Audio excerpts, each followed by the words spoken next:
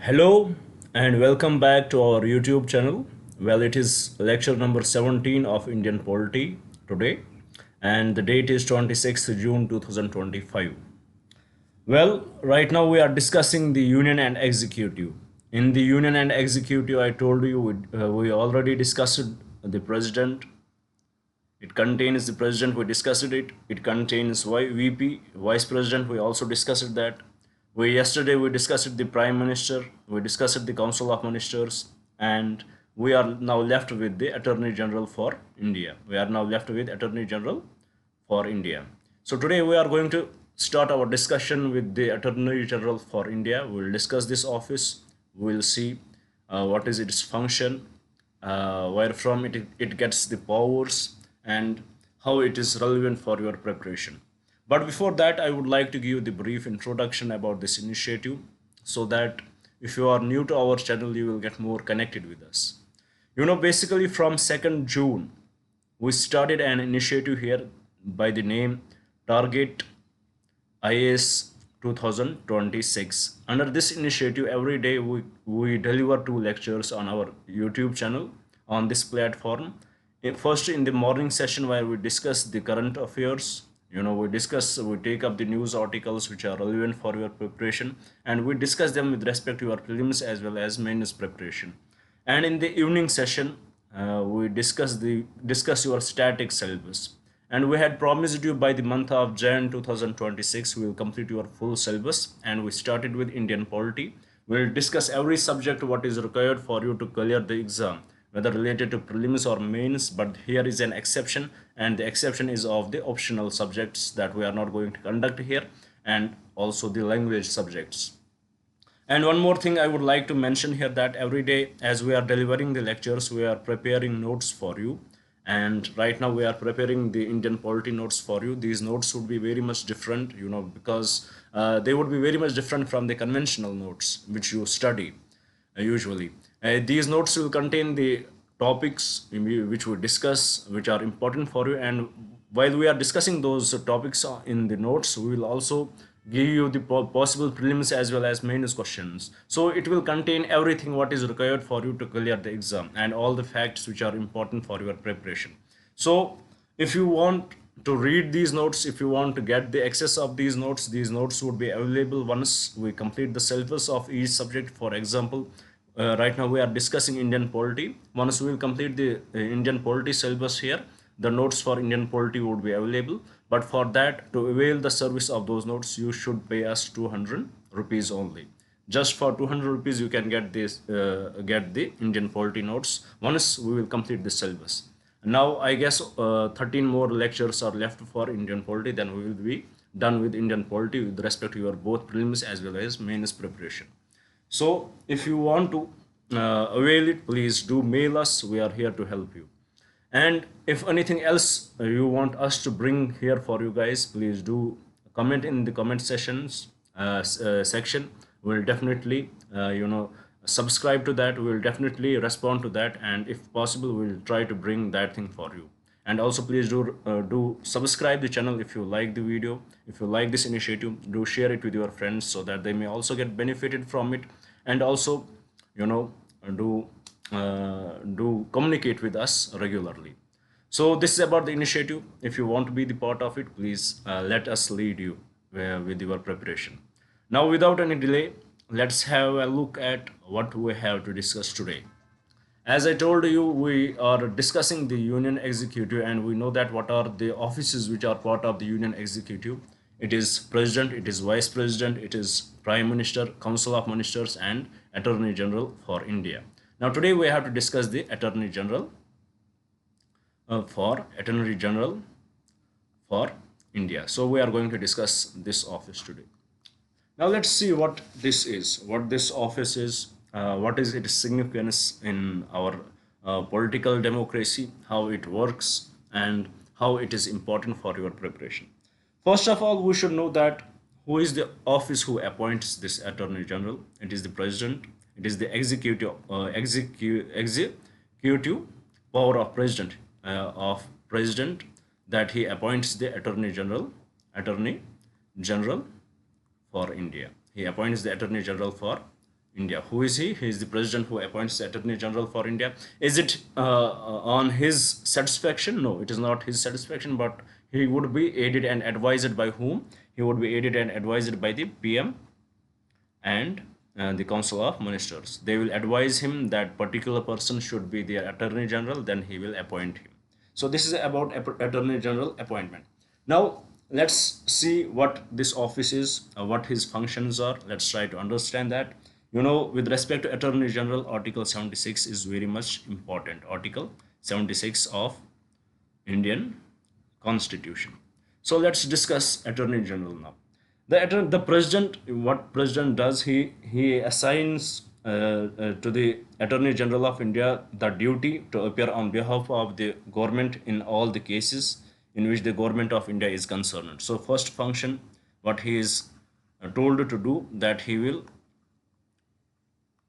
represent government of India in all its cases. He will represent the government of India. He will appear on the behalf of government of India in all cases in which the government of India is concerned. And also he will represent, second, he will represent the government of India in any reference made by the president to the Supreme Court. First, he will appear for the government of India in all the cases in which the government is concerned. Second, he will represent government of India in any reference made by the president to the Supreme Court under Article 143. Under Article 143, he will represent the government of India. He will represent the government of India in any reference made by the president. In any reference made by the president to the Supreme Court under Article 143. Now let's try to understand it. Now let's see what it is, how it works. Let's put some light on it so that it would be more clear to you guys. About Article 143 of the Indian Constitution. What does Article 143 is about? Let's try to understand first Article 143 of the Indian Constitution. Article 143. What does Article 143 say?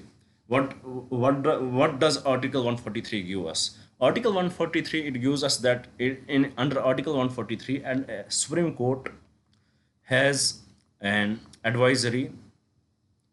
Supreme Court has an advisory role, or Supreme Court acts as an advisor to the president. Supreme Court acts as an advisor to the president of India. In this matter, if he is acting as an advisor to the Supreme Court, is acting as an advisor to the president of India, that indirectly means Supreme Court will act as an advisor to the government of India. So how it is done? For example, president can refer any matter to Supreme Court and ask the views of the Supreme Court about that matter.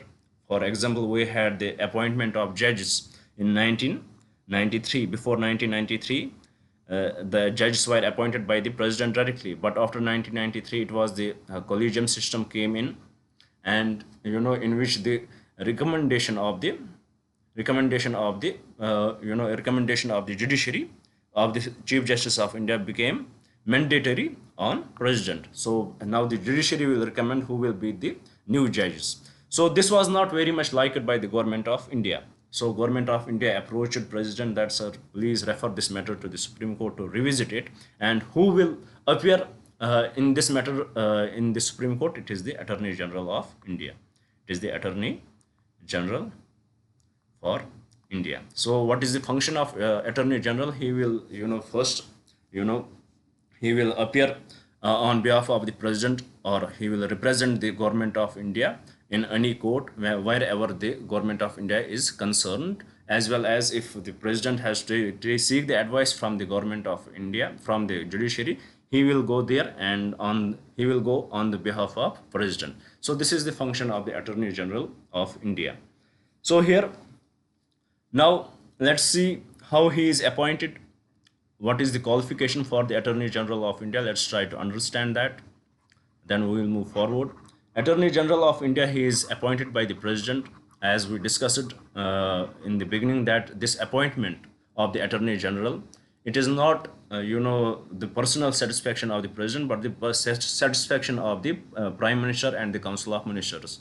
So attorney general, he is appointed by president on the aid and advice of the government, on the aid and advice of the government of India. And what should be the qualification of attorney general to be what should be a qualification of a person to be the attorney general of India? Let us see what are the qualification to be the attorney general of India. First, he should be qualified to be appointed as the judge of the Supreme Court. The only qualification is he should be citizen, he should be qualified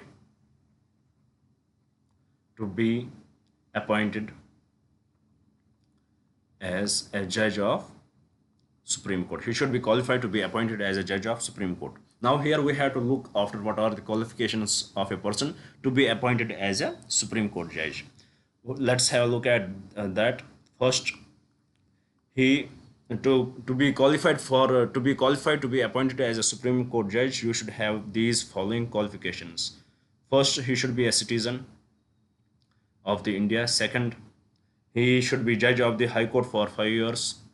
Should have served as a judge of the High Court, judge of any High Court for 5 years. Third, if not this, then there is here we can say, or then advocate of one or more High Courts for 10 years. He should be advocate of one or more High Courts for 10 years. If not this also, then what is the another way a person can be the Supreme Court judge? That he should be a distinguished jurist in the eyes of the president. He should be a distinguished jurist in the eyes of president. Who is this distinguished jurist? He can be anyone who has the knowledge of the law. He can be the law professor in any university. He can be anyone. So these are the criteria to be the judge of the Supreme Court. Why we are discussing right now, as we are discussing the Attorney General for India, because to be the Attorney General for India, you should be qualified to be a Supreme Court judge. So for that, he should be a citizen. He should be judge of the High Court for 5 years, or he should be advocate of one or more High Courts for 10 years, or he should be a distinguished jurist in the eyes of the president. So these are the qualifications for a person to be appointed as the Attorney General of India. What is his function? His function is to give advice to government on such legal matters as asked by the president. He has an advisory role. Attorney General, first he will represent the government in any case in which the government is involved.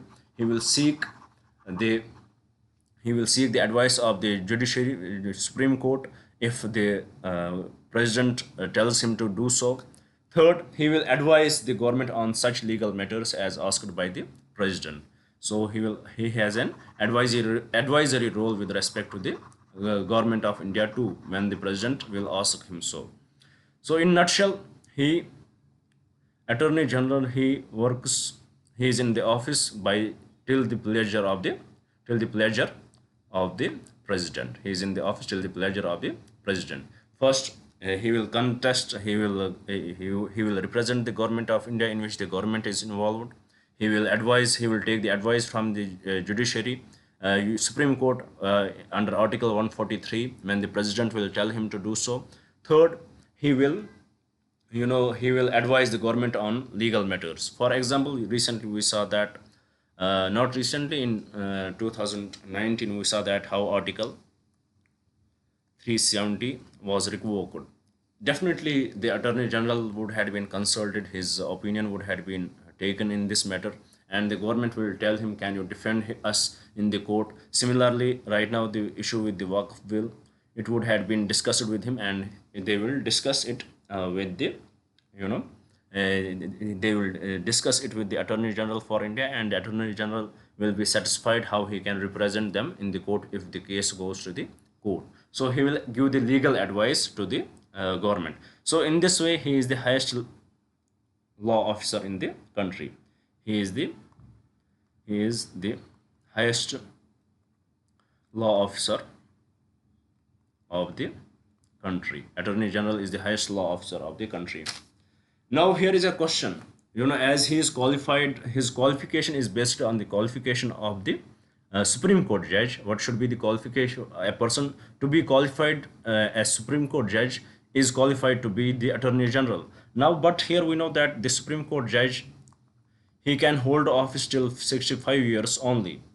Does this apply to the Attorney General too, that after 65 years he cannot be the Attorney General? The answer to it is big no, because there is no such thing that till the retirement of the Supreme Court judge, the appointment is based on the qualifications of the Supreme Court judge, rather than everything is very much different. If Supreme Court judge retires at 65, it does not apply to the Attorney General of India. Judge hold, he can hold office till he is fit to work, till the government of India feels that he is fit to work. So this is the important point which you should know here. Then the term is not mentioned in the constitution. He holds office during the pleasure of the president. We discussed that. Normally he is appointed for the 3 years. This is a convention. Normally appointed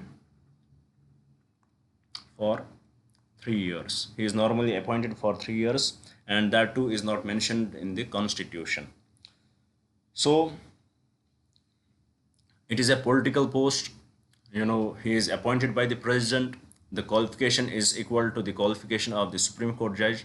The term of office is not mentioned in the constitution, but by convention he is normally appointed for 3 years. And also there is another convention, that is the pleasure of the president.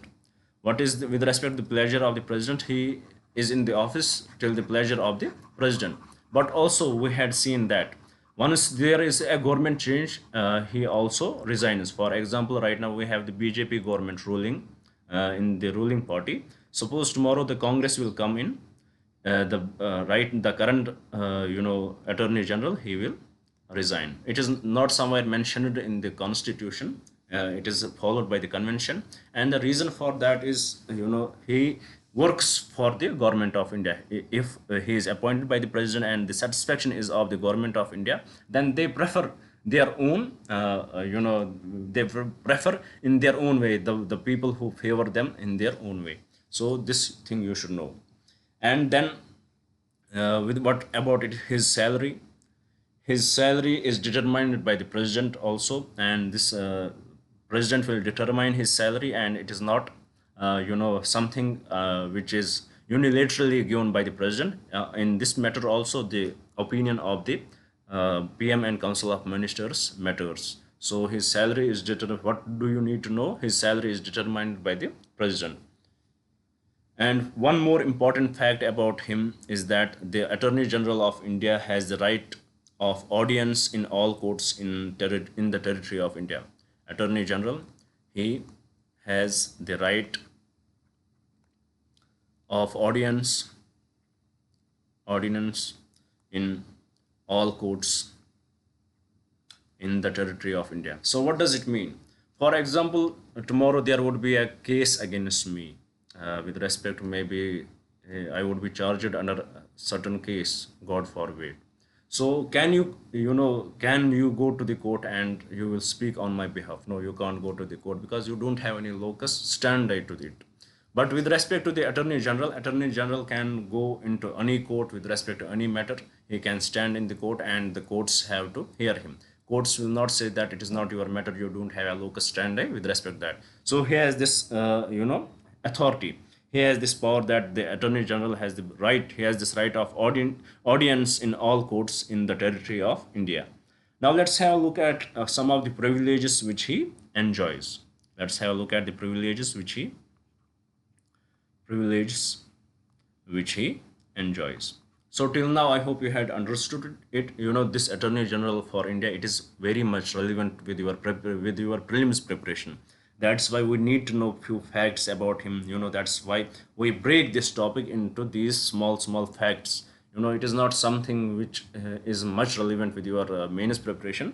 But if there would be anything that we would definitely discuss here, what are the privileges he enjoys?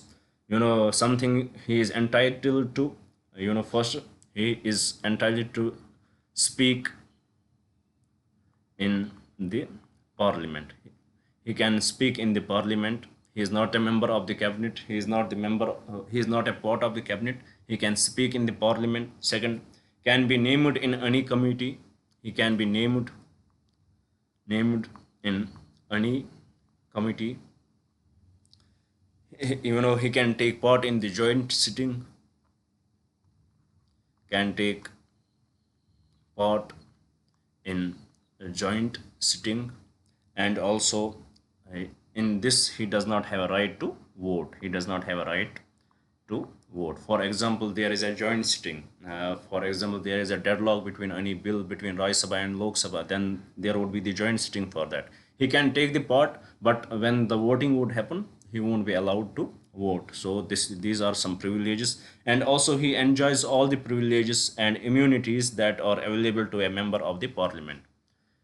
What he also enjoys all the immunities and privileges that are available to the member of the parliament, that are available to the members of the parliament. So what is this? In the parliament, when you are in the parliament, when you are in the Lok Sabha or Raj Sabha, you have the immunity. There is the absolute freedom of speech. You can say whatever you want to say.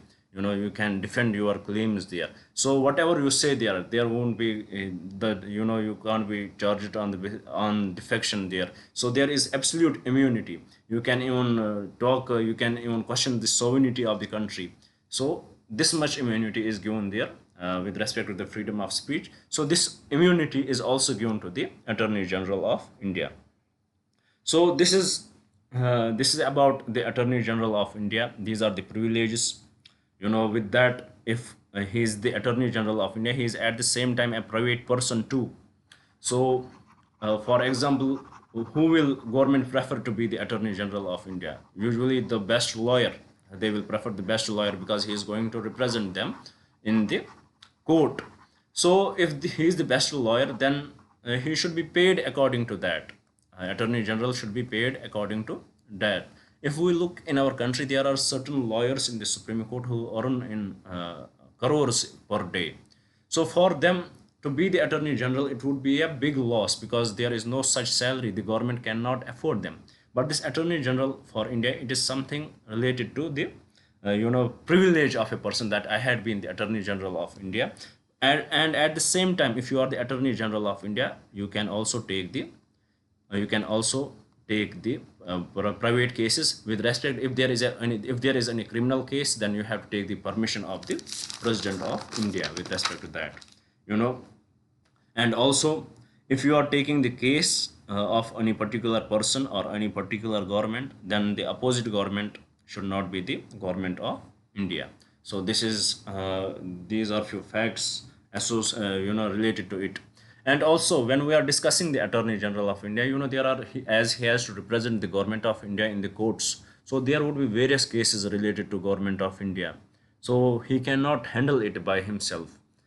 For that, he needs assistance. And who is assisting him? It is the Solicitor General of India, and then additional Solicitor Generals of India. Are these Solicitor General and additional Solicitor Generals of India, are they also the constitutional post? No, they are not the constitutional post. At the state level, we have the Advocate General of State, and at the state level, we have equivalent to the Attorney General, we have Advocate General of State, and he is a constitutional post. This is the constitutional post. So this much is enough for you to answer any question with respect to Attorney General for India. Now let's recap what we discussed. This, as I told you, this topic is very much specific to prelims, so that's why we are discussing it in the fact-based manner. Now let's recap it, what we discussed so far in the Attorney General of India.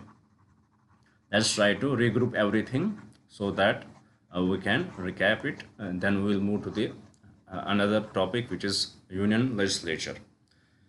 Attorney General of India, first thing, he represents government in any case in which the government is involved in any court where the case would be. Second, under 143, Article 143, the Supreme Court acts as the advisor, and who will take this advice? It would be the Attorney General if the President will ask him to do so. Then the third, you know, he will contest the cases of the government of India. He will advise the government of India with respect to the advise the government of India with respect to the legal matters. Now the question comes about his appointment. Who appoints him? He is appointed by the president, and for him indirectly, it is he is appointed by the government political party in the government. If we will be much clear with respect to that, he is appointed by the PM. But if the question comes, the answer should be he is appointed by the president. Is this appointment solely on the satisfaction of the president? No, it is the satisfaction of the PM and the Council of Ministers. Then who gives salary to who? Who subscribes salary to him? Who makes the salary of him? Who you know designs the salary of Attorney General? It is the president. And is president satisfaction solely? Does it depend solely on the presidential satisfaction? No, it does not. It is the satisfaction of the Council of Ministers and the PM. Now, third, we discussed about his qualification. What are the qualifications? Same as the Supreme Court judge. What are the qualifications of a person to be the Supreme Court judge? The same qualifications does apply to him too. So, what are these qualifications? He should be citizen. He should be the High Court judge for 5 years. Third, he should be the advocate of any High Court, one or two High Courts for 10 years. Then fourth, he should be a distinguished jurist in the eyes of the president. These are the qualifications to be the Supreme Court judge. And what is his term of office? Usually his term is 3 years. It is not described in any constitution. It is by convention. And he works on the pleasure of the president. If the government changes by convention, he also changes because he is representing the government indirectly. And also we found out few facts about him, Attorney General, that if there is any case with respect to the government of India, he will represent that on behalf of the government, and he can also practice privately. But if there is case against the government of India, then he will not take the case. And if there is any criminal case, then he will take the permission of the President of India. So these are few important facts which you need to know about the Attorney General. And also few privileges he enjoys: a right to speak in parliament. He can be named in any committee. He is the part of the joint sitting, but he does not have the right to vote, and he enjoys all the privileges and immunities that are available to a member of the parliament. So this is what you need to know about Attorney General for India. With this, union and executive is over. Now let's move to the another topic from today, which we are going to discuss: union legislature. And in union legislature, we are going to start with the parliament. So in the parliament, we will first discuss the Raj Sabha, few important facts related to Raj Sabha. Then we will discuss Lok Sabha. Then we will combine the both, and then we will see how parliament is relevant and all that stuff. So first, let us start with the union legislature. Now we have to start with union legislature. So to understand the union legislature, we need to first understand Article 79 of Indian Constitution. Article 79 of Indian Constitution. What does Article 79 say? Article 79 says that there shall be a parliament for the union. What it says? There shall be the parliament for the union. There shall be the parliament for the union, which shall consist of the president. It shall consist of who are the members of the parliament: president and two houses, to be known respectively as and president and two houses. So what does the parliament contain? As per Article 79, parliament contains president and two houses. So president and two houses. What are these two houses? One is the upper house, or we can say the upper house or the Council of States, or House of Lords, or we can say the Raj Sabha, and the second one is the Lok Sabha or the Popular House. So this is what the parliament contains. Parliament contains the president, the two houses, the upper house and the lower house. Now let's try to understand what is the function of the parliament, what is how it is relevant, how let's try to understand the crux of the parliament, then we will move to the function of the parliament, then we will see that. Usually what used to happen, usually there would be king, and he would be the sole leader of the country. If there is king, he will make laws. There would be only executive, there would be no legislature. He would make laws, everything he would know, everything, everyone would be responsible to, there would be king earlier, king. He would have some, he would appoint some offices. He would appoint some offices, this king will appoint some offices. And what the king is the executive, he would appoint officers, let's call them the his officers. And these officers, they were responsible to the king, they were responsible to the king, not to the people. So they were responsible to the king. But the time changed, the modern times, we approached to the modern world. We saw the rule of the British in our country. We saw how we changed, how the system changed into the different one. How earlier the legislature, it was responsible to the executive. Now it started changing that executive would be the responsible to the legislature. And what is the modern form of it?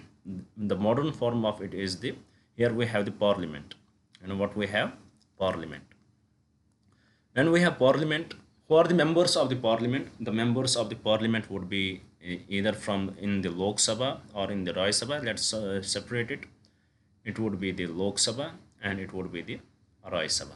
And who are electing them? They, in Lok Sabha, they are directly elected by the people, and in Rajya Sabha they are also elected by the people, but by MLAs. But let's assume, to have a better understanding, they are elected by the people. So these members are elected members. And also the president, here we should know that president is also the president, he is also the part of the, here I will make a separate, this one president, he is also the part of the, this whole thing is called the parliament. President is also the part of it. So what will happen from this legislature, from this parliament? What they will do, they will create an executive. From this parliament, the executive will be created. The largest political party which would be in the legislature, they will choose what, they will choose the PM. And from here the PM will be created, and he will make his executive. So from here the executive would be created.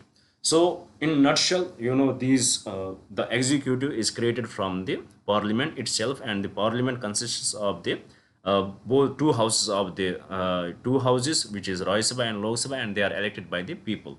And this parliament and this executive which is created here, for example, executive is here. Executive, they are responsible to whom? They are responsible to the legislature. They are responsible to the MLAs there. Who are the MLAs in here? They will, this legislature, they will ask the questions to them. They will move the they will move the motions against them if they are not working in the favor of the government. So here in the parliamentary system, the executive, they are the part of the legislature. Executive is the part of the legislature, and from this parliament, this whole parliament, this executive is created. Now the major importance of it is that the earlier what used to be that king, the legislature, the officers were responsible to the king. Now the thing is different. The king, the executive, the lawmakers, they are responsible to the legislature, the people who elected them. So in nutshell, the need of it is that the executive is now responsible to the legislature. Now let's try to understand the functions of the parliament. Here we understood, this was for the understanding sake, why I brought it here, so that you will have this little understanding about the parliament, the executive, and the legislature, because we often get confused in it. I will tell about myself. I often used to get confused with this. What is the difference between the executive, the legislature, and the parliament? We would often get confused. So that's how there is a need for to understand. And also we had discussed that in the parliamentary system there is no strict separation of powers between the executive and legislature, because we saw that how executive is created from the legislature. Now let it be here. Let's try to understand, as we are discussing the parliament right now, let's try to understand what are the various functions of the parliament. What are the various functions of the parliament? First important feature of the first we will understand the important feature of the parliament. The parliament, we saw that who are these people. This parliament in which there is president is here, here is Lok Sabha, here is Raj Sabha, and in the Lok Sabha there are people from different diversity, from different races, from different castes, from different religion. For example, here is MP from Jammu and Kashmir, here is MP from Rajasthan, here is MP from Andaman and Nicobar, here is MP from somewhere else, here is, there are various, there is huge diversity in it. Here is MP from Punjab. So what does it look? There is a diversity in it. Here are MPs in the Raj Sabha too. So there is huge diversity in it. What does it say? It is a mini, it is a mini country here. The parliament acts as a mini country. It acts as a symbol of the country. It acts as a sample of the nation. This is how our nation looks like. The parliament acts as a sample of the nation. As we know that democracy, what does democracy mean?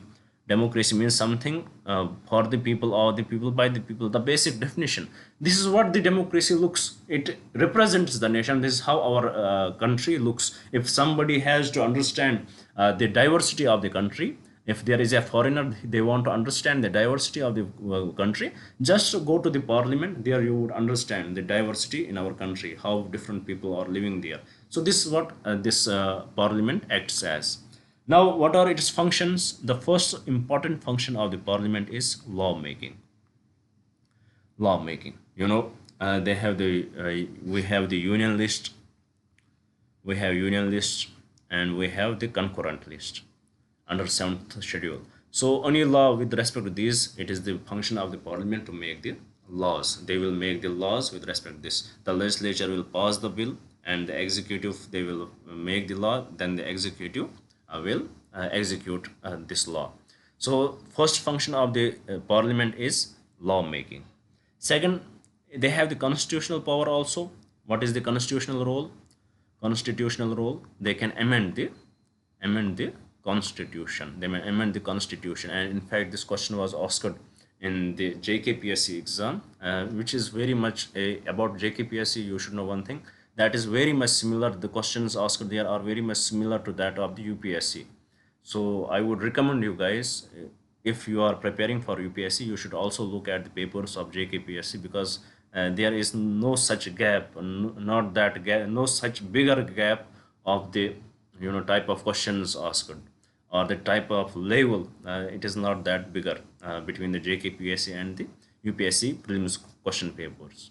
So here the constitutional role, it has a constitutional role. It can amend the constitution, but yeah, we know that not the basic features, but still it can amend the constitution, and by the help of which article? Article 368. We know that. Then what else role does the parliament play? It is the custodian of public purse. He is the parliament is the custodian of public purse. Whatever money they raise, whatever money the government raises through the taxes, through the cess, through the surcharges, whatever money they raise, this money will go to the consolidated fund of India. And if the executive, the wing of the government, they would want to extract that money, they will have to take the permission of the legislature. They will have to take the permission of the parliament. So what? So they are the parliament is the custodian of the parliament is the custodian of the what? They are the custodian of the legislature, of the government, of the purse, of the public purse. They are the custodian of the public purse. So if the executive has to do anything, the bill must pass through the Lok Sabha, then it must pass through the Raj Sabha, then the president shall approve. So this is how it happens. They are the custodian of the public purse.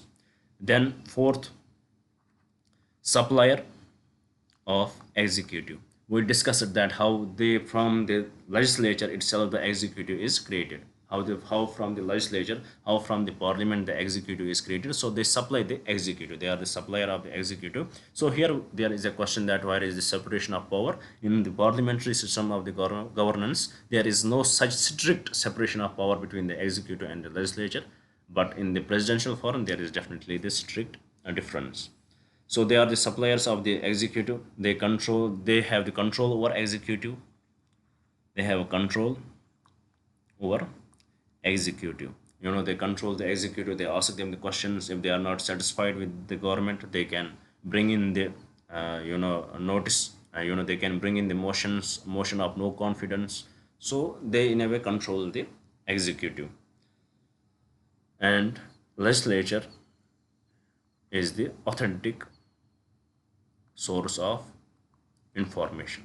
Legislature is the authentic source of the information. If anything you are hearing from the legislature, that is the authentic source of information. You cannot lie in the minister cannot lie in the legislature, in the parliament. If any question is asked to the executive, why this policy is there, what is the reason for that, he has to answer the question, and it should be 100% correct. And also another function of the parliament is that it acts as a quasi judicial body,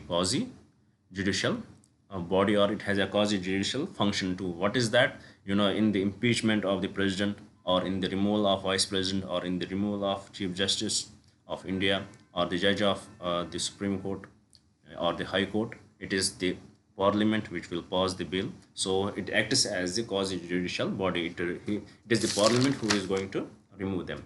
So these are the functions of the parliament.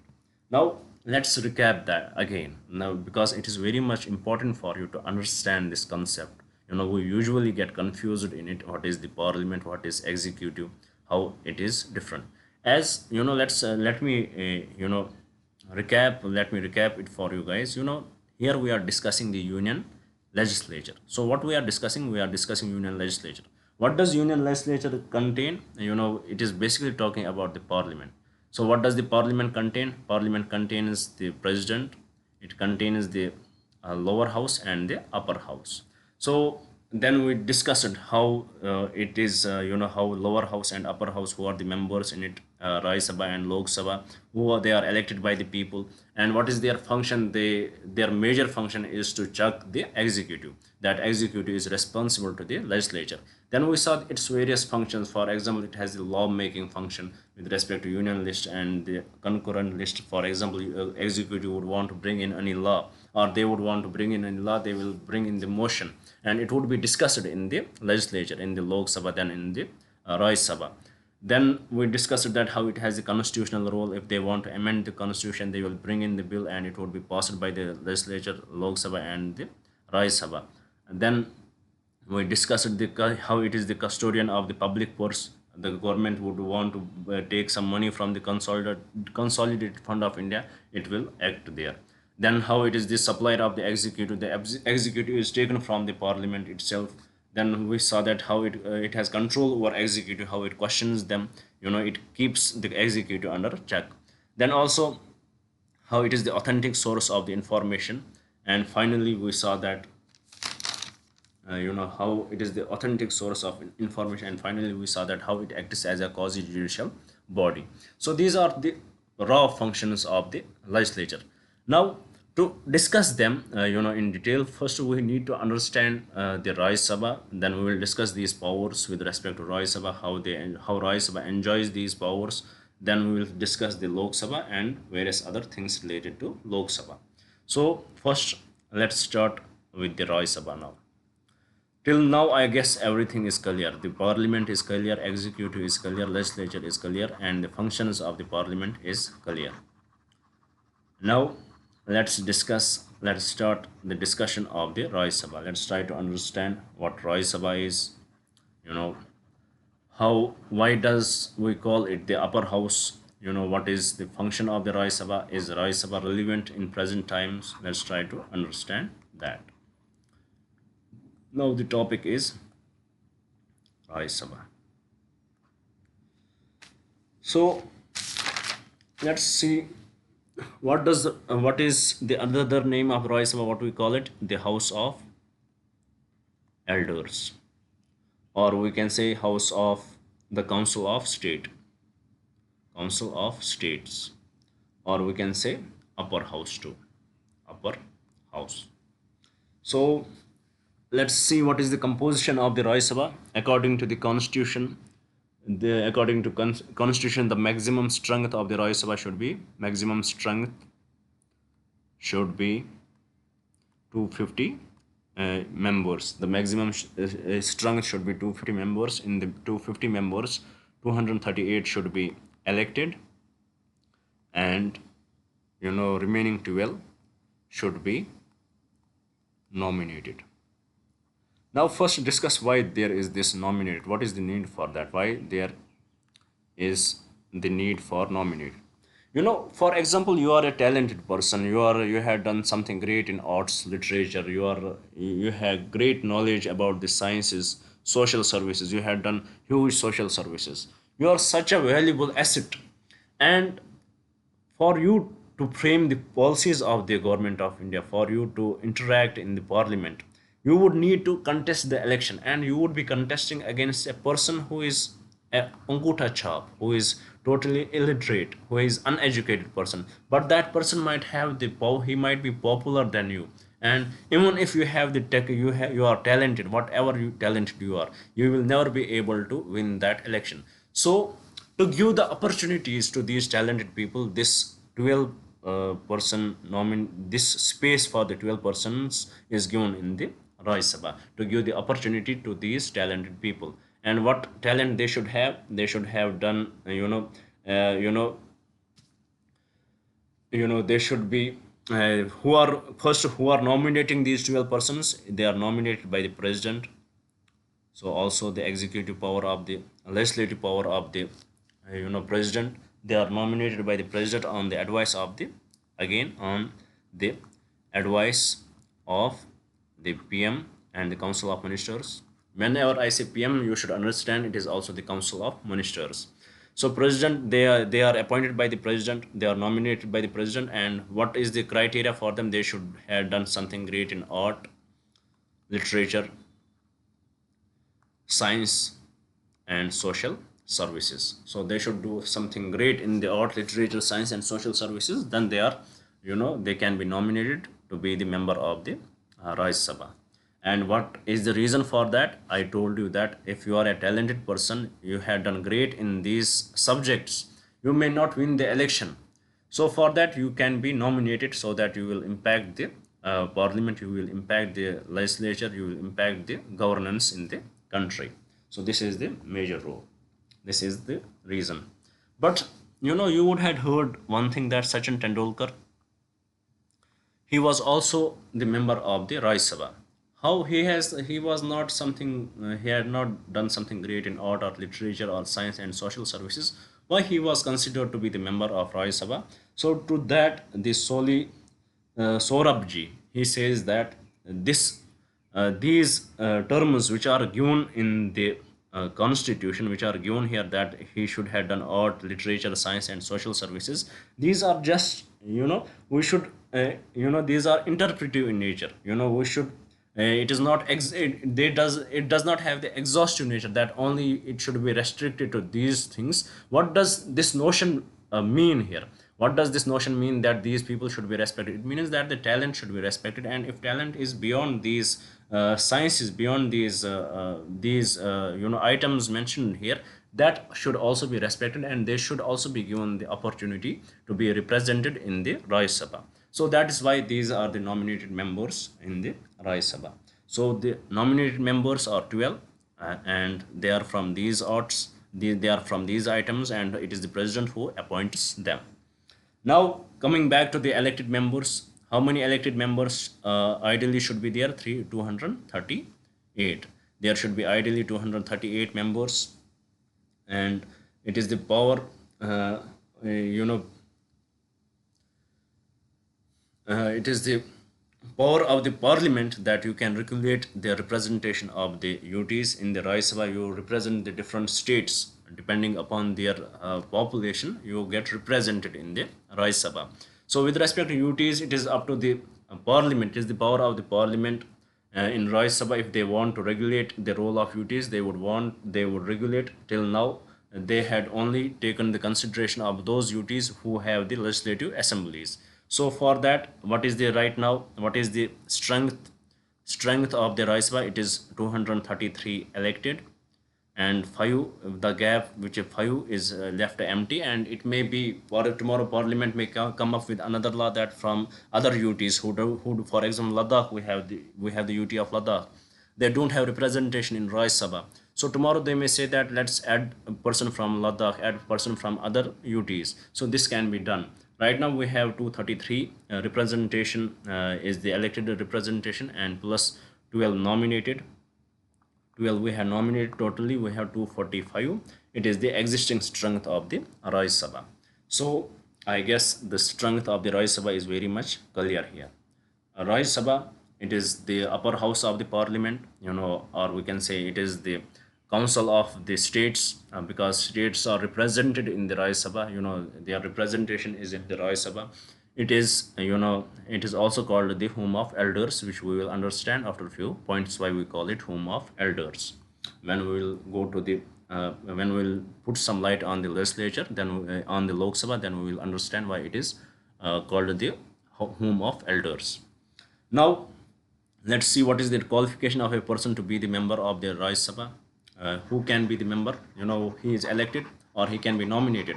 But who can you elect to be the member of the Raj Sabha, or who can you nominate to be the member of the Raj Sabha? What is the criteria with respect to his age? What is the criteria with respect to his status of citizenship? That we have to understand through qualifications. What is the qualification? Qualification to be the member of Raj Sabha. The first qualification is he should be the citizen of India. Citizen of India. And the second is he should have completed the age of 30 years. So these are two qualifications which are given by the constitution. Only these two qualifications are given by the constitution. Further is prescribed to the parliament to make law on it. Has parliament made any law with respect to it? Yes, they had made. And what is that law named? Representation of People Act. And Representation of People Act, it prescribes few other qualifications to be the member of the Raj Sabha. What are these qualifications? Other qualifications, he should be a registered voter in any parliamentary constituency in India. Registered voter in any parliamentary constituency in India. So he should be the registered voter in any parliamentary constituency in India. And one more is here. He not holding the office of profit. Not holding the office of profit.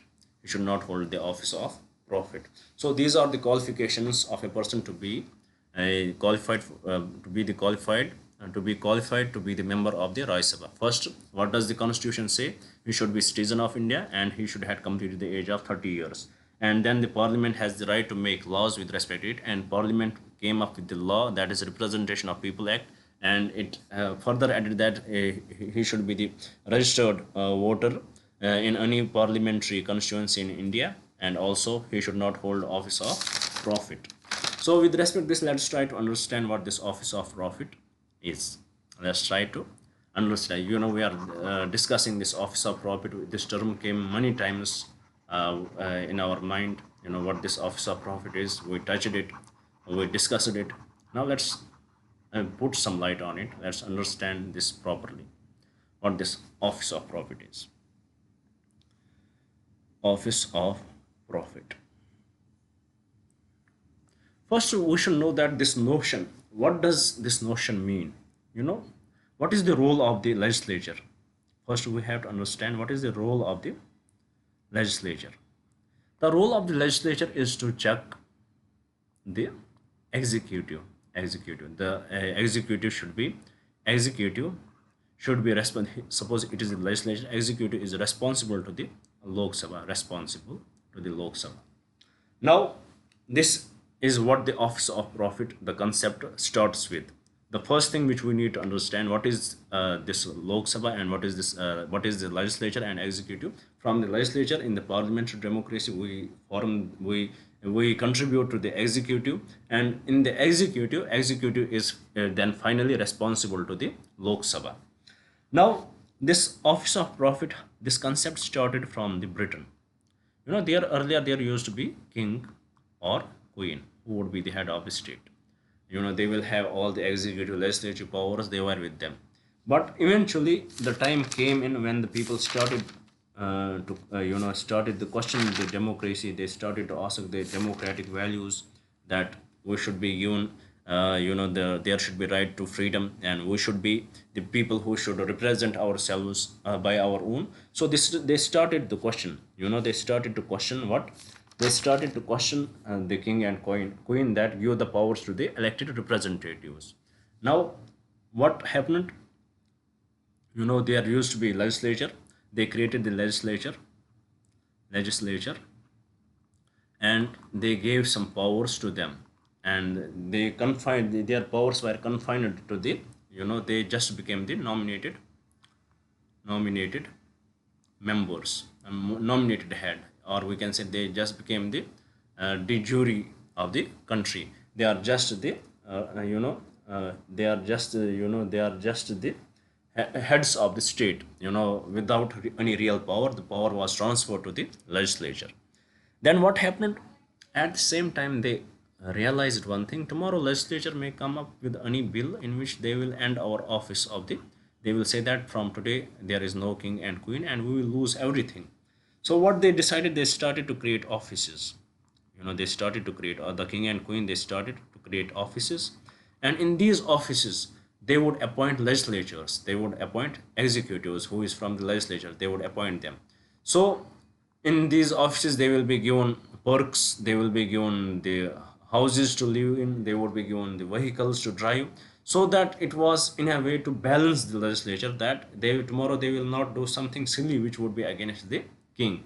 So with respect to that, British Parliament enacted the law, and that law was called the Office of Profit Act. The British, when this became very much regular, when they stopped questioning the king and the queen, then the British Parliament, they understood one thing, that there should be the separation of power between the legislature and executive. There is there is the conflict of interests in it. So they brought up the law. They brought up the act called the British Parliamentary. They brought up the act called the Office of Profit Act. What they brought up?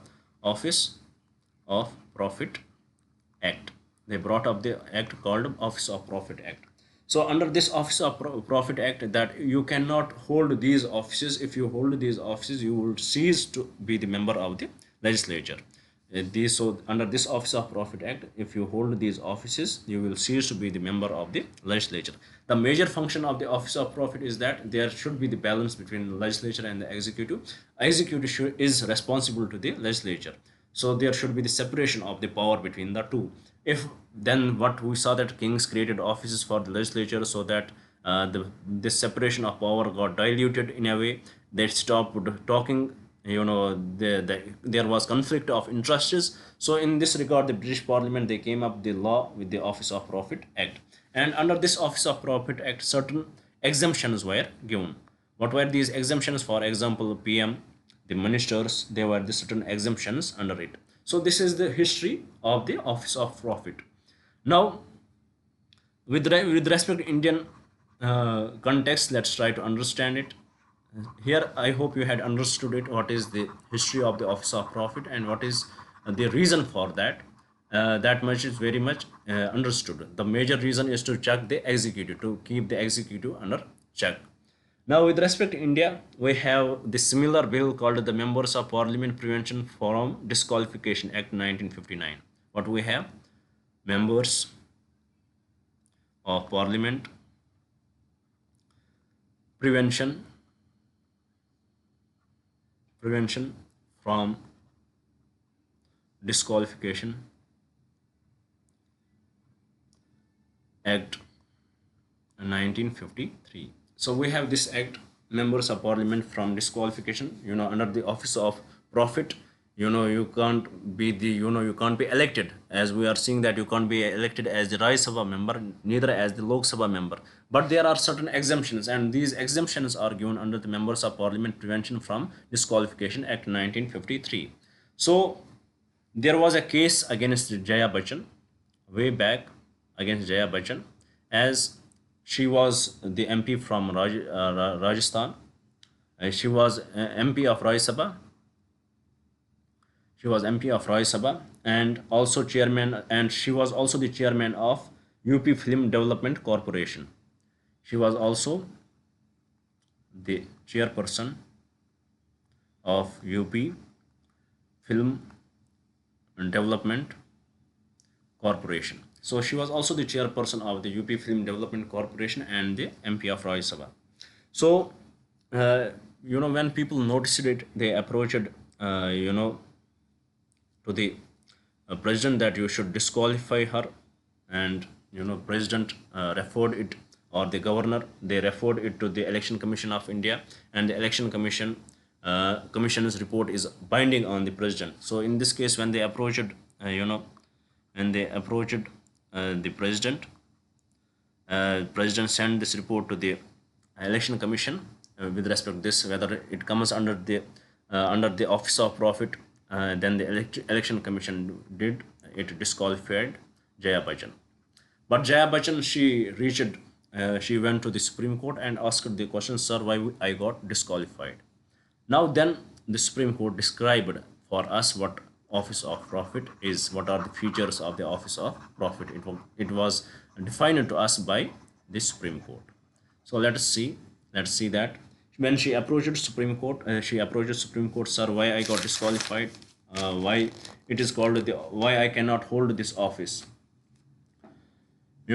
what is this office and all that. So the Supreme Court asked a few questions to the Jaya Bachchan, whether this is office of profit or not. First question which was asked to her, you are holding the chairperson, you are the chairperson of the UP Film Development Corporation. The first question is whether you are holding an office or not.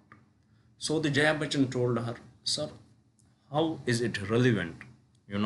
I'm not taking any pay from this office. I'm just working there. So how is this office? I'm not holding the office.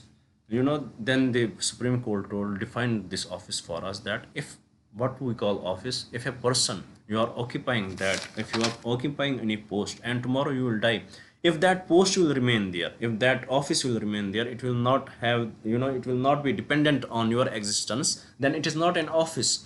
So what is the definition of an office? It has the independent existence. Office should have the independent existence. So does the UP Film Corporation have the independent UP Film Development Corporation have the independent existence? Yes, it has. If tomorrow Jaya Bachchan will die, it will always remain there. So this question was sorted. First question. Now the second question which was asked to her is that it was an office of profit. Was it an office of profit? Was it an office of profit? So Jaya Bachchan told, no, it was not office of profit. I was not taking any pay. The Supreme Court told her, stop here. Was you entitled to pay? Was you entitled to any pay from the government, from this office? She said yes, but I was not taking. It doesn't matter. Were you influential? Were you influencing when you had this office? Do you have the influential powers? Can you influence anybody? She said yes, I can influence anybody. Then the second condition is true. First condition, it is an office, it is the office of profit. Then what is the third condition for that? The third condition for you not being disqualified is that this should not be this office of the profit should not be, it should not be the office under the government of India or the state government. Is this the office under the government of India or the state government? Yes, it is the office under government of India and the state government. Definitely it is the office there. Then the fourth condition in which you can be exempted from it is that is this office should be other than an office declared by the parliament by law, not to disqualify the holder. Does the mention of this office come under this act? Which is this act? Members of Parliament Prevention for Disqualification Act 1950. 53. What does the Supreme Court told her? That does this office come under this, or there are exemptions in this act? There are exemptions given to you. Is it contained in these exemptions? She said, no, sir, it is not contained in it. Then the Supreme Court told her that you are disqualified. Don't waste our time. So this is the office of profit. These are the conditions. It should be the office. It should be the office of the profit, that you can influence somebody. You are taking the monetary policy, monetary benefits from that. If not monetary benefits, but you are taking the punitive benefits from this office. You are taking the punitive, peculiarity gains from this office.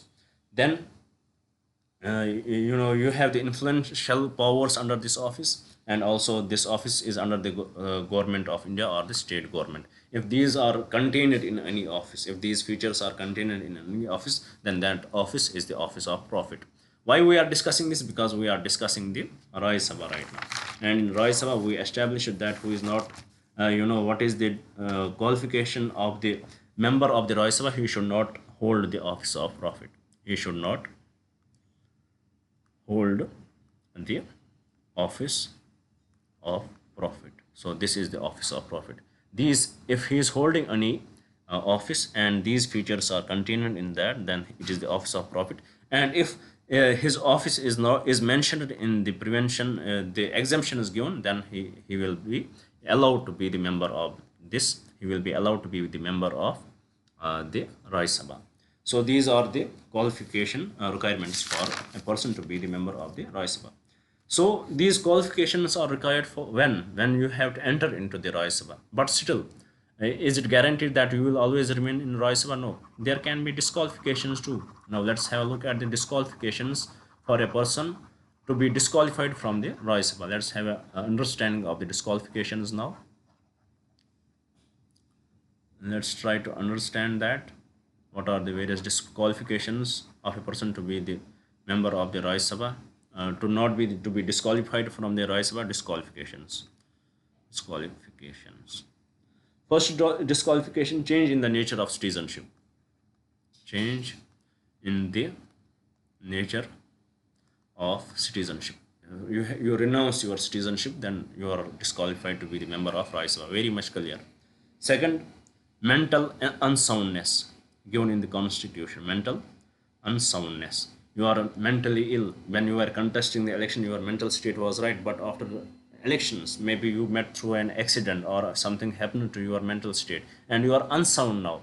We can have the sympathy for you, but we cannot let you frame the policies for the people, so you can be disqualified.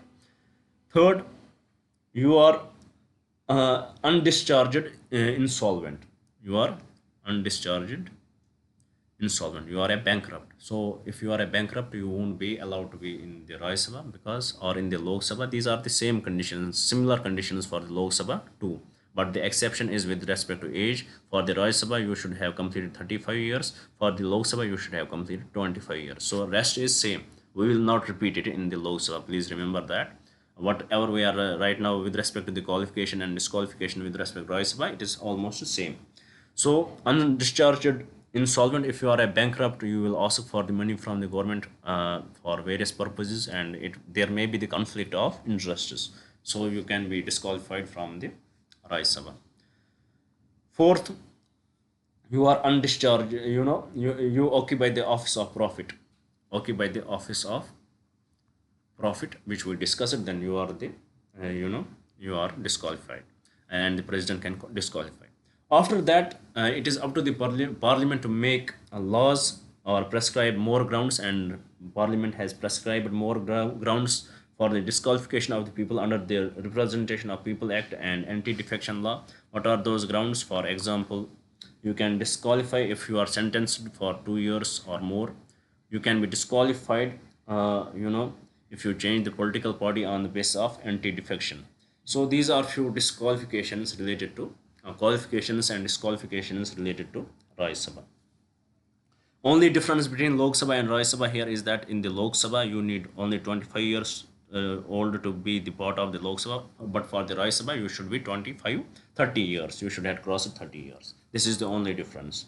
Now, representation of states in Raj Sabha, where it would be represented, it is represented in under Schedule 4 of the Indian Constitution, Schedule 4. The representation of states in Rajya Sabha, what would be the strength of a particular state. For example, for UP, they have 31. For Andhra Pradesh, they have 11. For Telangana, they have 7.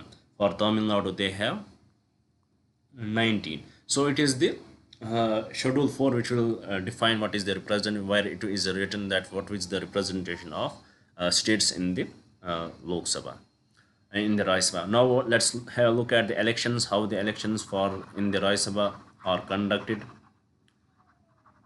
How elections are conducted. The elections in the Rajya Sabha, they are conducted, basically it is not a direct election which like we do in the Lok Sabha. In this election, it is the MLAs from state legislatures who participate in the election. It is the MLAs from state legislature who participate in the election of of Rajya Sabha, and that is the reason why there is no representation of those UTs who are not part of it, who are not represented, who don't have the legislative assembly, because they don't have MLAs. How they can participate in the elections? So it is through this election goes through the proportional representation system, proportional representation system, through single transferable vote, and through open ballot. Through open ballot, there is no secret ballot. It is almost same as that of the president. It is proportional representation. It is not first past the post system. It is the proportional representation. So how much votes do you get, how many votes a candidate should get, it will define the strength in the Rajya Sabha. Then second, it is single transferable vote. There would be the preferences, if not this person then whom. In the state legislative assembly, this election would happen, and they will decide.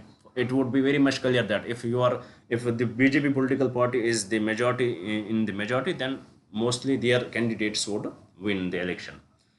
So it is how it is done, and here it is done through the single transferable vote and through open ballot system. But here is a controversy with respect to the Himachal Pradesh. What is the controversy with respect to the election? Because I had told you there is something called a returning officer. So controversy with the returning officer in the Himachal Pradesh.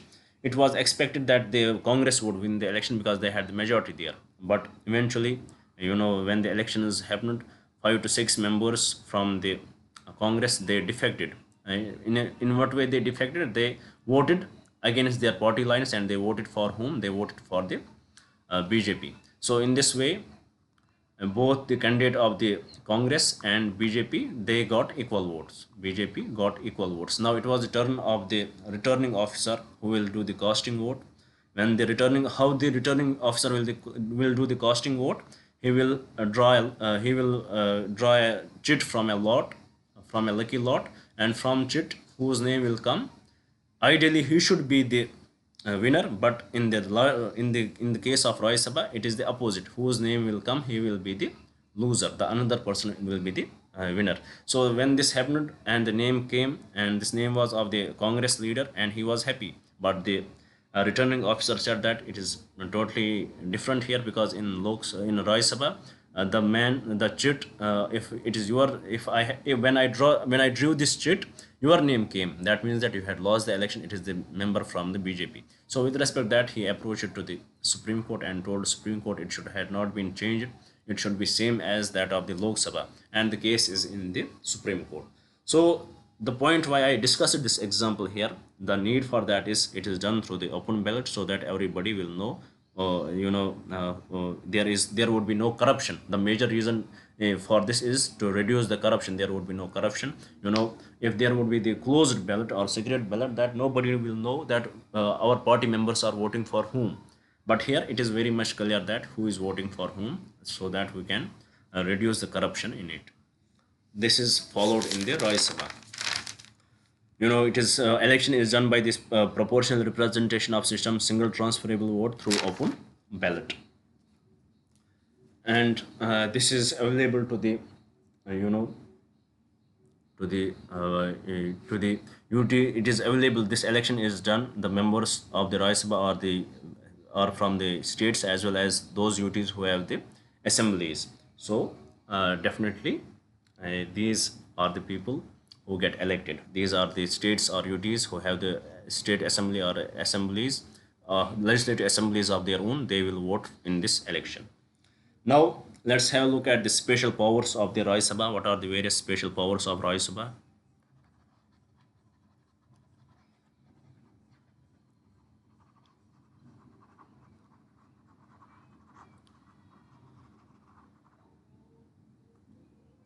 Special powers of Rajya Sabha. What are these special powers? So it means that these powers are confined to Rajya Sabha only. First, we have Article 67, which we also discussed yesterday. Article 67, Clause B. What it is with respect to? It is with respect to the Vice President. The removal of Vice President. It can be initiated only in Rajya Sabha. It can be initiated only in Rajya Sabha. So this removal of the Vice President initiated only in the Rajya Sabha. Then we have Article second. This removal of Vice President, it can't be initiated in the Lok Sabha. It can be initiated only in Rajya Sabha. That's why it is the special power of Rajya Sabha. Second, we have Article 249. What does Article 249 say? For example, center can make laws with respect to the union list and the concurrent list, and the state can make laws with respect to the state list. Suppose tomorrow states would want that center should make laws on behalf of the states. How can they do it? It is through Article 249 that Rajya Sabha can make this happen. If Rajya Sabha passes a resolution by two-thirds of the majority present and voting, two-thirds of the majority present and voting, then the parliament can make laws on the state list. It is done through Article 249. Then we have Article 312. What does this Article 312 is about? Article 312 is about creating of all India services. If you want to create an all India service, you have to initiate in the Rajya Sabha. Rajya Sabha should pass this all India services. Till now, how many all India services are there? There are 3 all India services. They are IAS, IPS, and IFOS. These are the all India services till now we have. These are important special powers which are enjoyed by the Rajya Sabha. Now, few important facts related to Rajya Sabha which can be relevant for your prelims preparation. Let's have a look at those facts. Now, let's have a look at these facts related to Rajya Sabha for your prelims preparation. What is the term of an MP? Term of an MP in the Rajya Sabha is 6 years. Please know that it is provided by law, not mentioned in the constitution. This term is not mentioned in the constitution. Tomorrow a question may be asked that the constitution specifies that the term of the MP in the Rajya Sabha is 6 years. It is totally incorrect because constitution does not say it. It is a law which says that. It is provided by the law. It is not mentioned in the constitution. Second important fact about Rajya Sabha, it is a permanent house. It is a permanent house, not subjected to dissolution. The Rajya Sabha is not subjected to dissolution. It will always remain there. It is a permanent house. And the third important fact about is there is no representation for SCs, STs in the or OBCs in the Rajya Sabha. There is no representation for them in the Rajya Sabha. And fourth important fact about it is open ballot, voting through open ballot. And the fifth point important, it is after every 2 years 1/3 members retire. 1/3 members retire. So what is the point of these 1/3 members retiring? As here in the first fact we discussed that it is a permanent body. It is a permanent that MPs, the term of MP is 6 years. But after, how it is possible that after every 2 years 1/3 members retire? Is there any distinction in it? Is there any difference in it? Actually we understood that the nature of Rajya Sabha would be the permanent house. And in 1952 when Rajya Sabha was introduced, at that time suppose 100 people got elected as the MPs in the Rajya Sabha. So if after 6 years in 1958, it would have been, in the 1958, this office would have remained zero because all the members in the Rajya Sabha would had, that their term would have completed. So this office would have remained vacant in 1958. So to curb this, to make it the, to make it the permanent house, what government did in 1952, in 1954, they made one by three members of the Rajya Sabha to retire. They made them to retire, and how it was done? It was done through the lucky draw. Whose name appeared, he was made retire after 2 years, and he can again contest the election. And same was followed in 1956, so that it was maintained. This lucky draw, taking the names by lucky draw, it was only done two times, in 1954 and 1956. Then it got repeated by itself. So we can say that in the 1952, they were forced to retire. So this is the Rajya Sabha. And what is Lok Sabha? We know that the appointment and all that we had understood with respect to, we know the about now about Lok Sabha. We need to know few important facts, and we will compare the qualification, and then the functions we will discuss tomorrow. This is about the Rajya Sabha, the important facts about a Rajya Sabha which you need to know. If you are clear this till now, if any prelims question would come related to Rajya Sabha so far, what we discussed, you should be very much clear about that. Now about Lok Sabha, please remember that what is the maximum strength? It is the Lok Sabha is the lower house in which people elect their representatives. What is the lower? What is the maximum strength? It used to be 552. 550 were elected, and 2 were nominated. And who were these 2? They were the Anglo-Indians. They were Anglo-Indians primarily. They were the Britishers who were living in India. So there in when the constitution came in, it gave this clause that for the 10 years there would be reservation for these members in the parliament, and it is called the sunset clause. After, for example, in 1950 it was there. After 10 years it should be in. After 10 years in 1960 it should not be there. But it was further extended 10 years. Then in 1970 it was extended, in 1980 it was extended, and finally in 2020 it was stopped by 104th Constitutional Amendment Act, in which there was representation for the SCs and STs was kept there, but for Anglo-Indians it was replaced. It was removed, not replaced, it was removed. So what is the present maximum? What is the present maximum strength? It is 550. The present maximum strength of the Lok Sabha is 550. All to be elected from states and UTs. Constitution has empowered Parliament to regulate on this existing strength. Constitution has empowered Parliament to regulate on it. So currently the existing strength is 543. It is the existing strength of the Parliament. So what does this 543 mean? 543 means that there are 543 constituencies in our country, so that every constituency will have one representation. What is the qualification? It is same as what we discussed in the Rajya Sabha, but with slight difference. What is that slight difference? The slight difference is first term. Term is 5 years. Second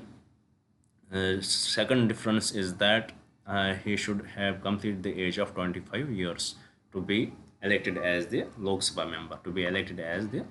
member. This is the only difference. Rest it is same. Now let's first discuss the relevance of the Rajya Sabha in present times. Is Rajya Sabha relevant in the present times? Let us discuss that, then we will conclude, and tomorrow we will discuss the functions of Lok Sabha, and we will discuss rest of the topics. I hope this is not boring for you guys. I am trying my best, because this topic in itself is so much factual. It is so much factually related to your prelims preparation. We need to point out everything here in this way. Now now we had got a mains topic question, which is the relevance of Rajya Sabha. There are few who say that Rajya Sabha is not relevant. It is irrelevant. and there are few who believe the Rajya Sabha is relevant. So why do they say that it is irrelevant? First, the first allegation for the Rajya Sabha to be, you know, for the first allegation for the Rajya Sabha to be the irrelevant is that it is the Council of Ministers.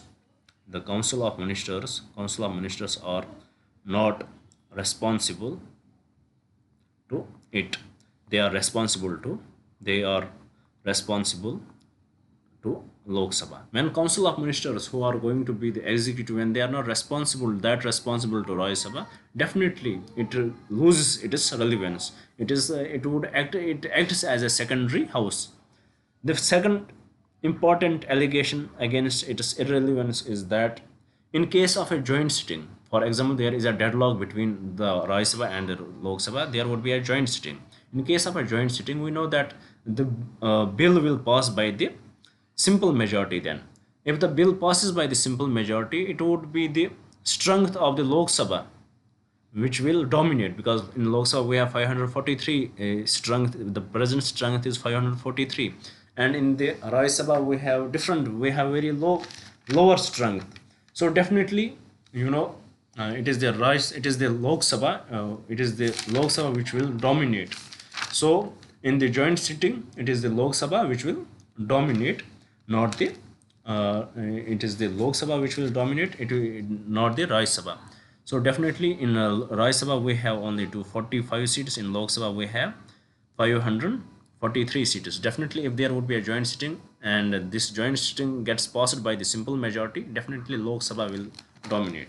So this is also one of the reason it is said that it has lost its relevance.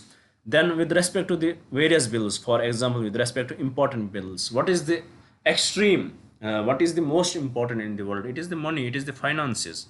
When it comes to the money, when it comes to the finances, when it comes to the money bills and the financial bills, such bills can't be introduced in the Rajya Sabha, can't be introduced in the Rajya Sabha, and also the Rajya Sabha cannot say no to such bills. So definitely there is the issue with it. There is no relevance to it. But these can be countered. How it is relevant. Now let's try to understand that. What are the points which are supporting that it is relevant? Let's try to understand that. First of all, we have to understand that it is not a secondary house. It is the second house of the parliament. First thing what we have to understand that it is not a secondary house, but it is a second house of the parliament. It is the house of elders. It is house of elders. For example, tomorrow there is an issue between two siblings related to anything. Maybe there is a fight between any two siblings. Then there would be the parents who will cool that fight down, and they will tell either one of you to compromise. So this is how the upper house works, how this the house of elders works. So how it has the relevance. Suppose tomorrow any law, Lok Sabha, it is responsible to whom? It is responsible to the people. It is responsible to the popular demand of the people. Suppose tomorrow there would be some agitation in the country related to some law with respect to the with respect to anything, maybe with respect to the murder cases, with respect to any murder case, with respect to, suppose today, right now we have the case of Raj Kushwaha, something like that is his name, who was killed by his wife. He was killed by his wife by the help of the lover of his wife, that Sonam Kushwaha and her lover Raj, who were involved in this murder case. This murder case got the popularity. Now suppose all the people will come together and they will start protesting that there should be the death penalty for all murder cases. They would put pressure on the Lok Sabha, and Lok Sabha will have to respond to it. Not all murder cases are liable to the death penalty. There may be different reasons for that murder. So they will be forced to go for that. What they will do, they will pass the bill under the pressure of the people. When they will pass the bill will go to the Rajya Sabha. and Rajya Sabha will sit on it. They will not decide on it. Till that time, it will take some time so that the people will calm down. People will forget about it. Now people had started to forget about the Rajkusho Raja who died, the husband of Sonam. After some time, they will also forget everything about it as if they never existed, and then the bill will be, it would be rejected by the Lok Sabha, or there would be certain changes recommended by the Lok Sabha to the by the Rajya Sabha to the Lok Sabha. Then Lok Sabha will decide on that. So it will act as a buffer. It will act as a buffer for Lok Sabha, that it will reduce this pressure from the people which the Lok Sabha will eventually face. And second, the second allegation with respect to the irrelevance of the Rajya Sabha is that of the joint sitting. From 1952 till now, till now, till 2025, how many joint sittings are there? Only three. Only three bills went to the joint sitting. One related to dowry bill that went to the joint sitting. Second, it was related to banking regulation. And the third bill which went to the joint sitting was the Pota Act 2002. So last time when there was a joint sitting, it was in 2002. Usually Lok Sabha respects the decision of the Rajya Sabha. So the joint sitting, if the joint sitting was one of the drawback of it, which eventually looks, but it has not been violated by the Lok Sabha. So definitely it is very much relevant. Then the third, with respect to the constitutional amendment acts, this bill cannot be passed without the permission of the Rajya Sabha. So Rajya Sabha has the absolute power in this regard. Also with respect to emergency, it can be imposed by the Rajya Sabha as well. Then we have the then about the Rajya Sabha, it is said that it is the federal chamber of the state, federal chamber of the state, because Rajya Sabha represents different states. In it, the regional body, for example, in Jammu and Kashmir, there is a national assembly and national,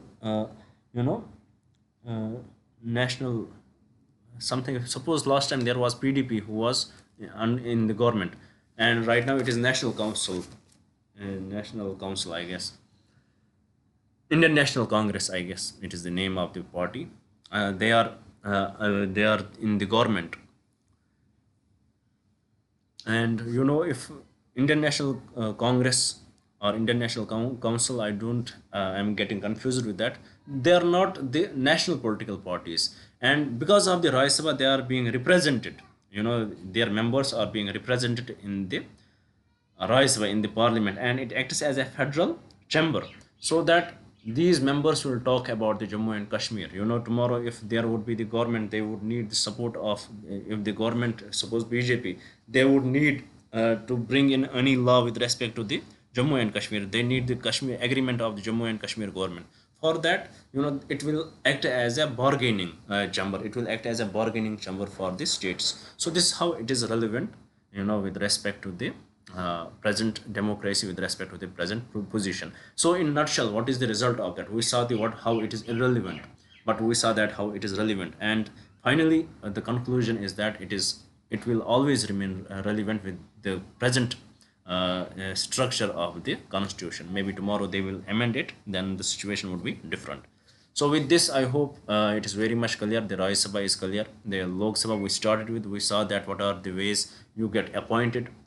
You can be, what are the qualifications to be the Lok Sabha. Tomorrow we will discuss various functions of the Lok Sabha, and then after that we will compare the two, how together they work, and then we will go to the bills. It will take some time. Union and legislature, it is very big topic, even in the books. So let's see. Maximum in 10 to 13 days, in 10 to 13 lectures, we are going to complete the Indian polity here. So with this, I would like to thank you for staying with me. Thank you very much, and have a nice day.